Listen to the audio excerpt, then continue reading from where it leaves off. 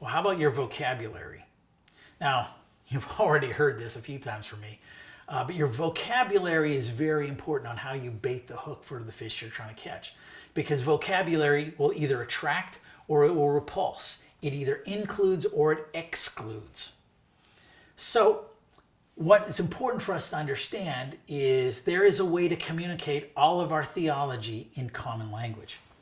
So one of the things you should have learned at Bible school or seminary is that the New Testament wasn't originally written in academic Greek.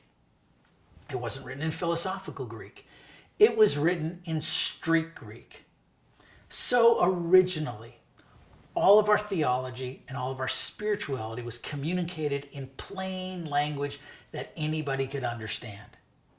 Anytime you open up your New Testament and you read what you see as a religious word, that's there because of a questionable translation choice, because it wasn't a religious word originally.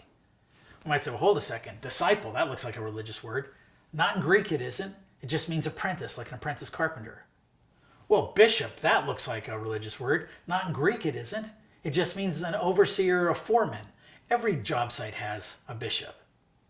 Well, baptize, that looks like a religious word. Not in Greek it isn't. It means dunk something underwater. You baptize the dishes. Well, repent, that looks like a religious word. Well, that actually comes from Hebrew, and it's how you give directions. It means make a U-turn. Go down 4th Street and repent. So originally, all of our theology and all of our spirituality was communicated in a way that anybody could have understood. How are we doing at that now? Now, there are a few vocabulary no-nos, and particularly when it comes to insider language. When we use insider language that they can't understand, we communicate very subtly but very powerfully. You're not really one of us, and you don't really belong here. Now, is that what we're trying to do? Actually, as missionaries to our community, it's literally the opposite of what we're trying to do. So what are a couple of insider net language no-nos?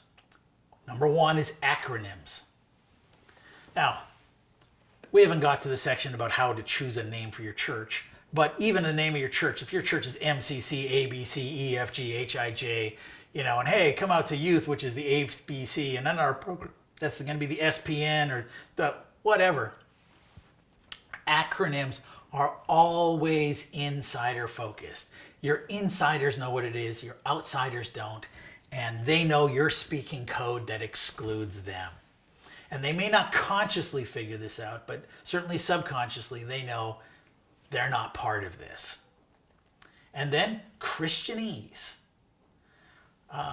Now, sometimes we get this subtle thing that we're supposed to learn Christianese. So even Christians who weren't raised Christian can be the worst at this because they've adopted this whole new lingo. So one of my pet peeves is when the music's over, someone saying, wow, wasn't that just anointed worship? What does anointed mean? Well, even if they get out their phones and Google the word, the dictionary definition of anointed is to ceremonially pour oil upon something. You poured oil on your music? What? Well, what did we mean when we say that was anointed worship? All we mean is just by anointed is that God used that in a special way. Why don't we just say that? Didn't God just use that in a special way? There is a way, without watering things down, to communicate all of our theology and all of our spirituality.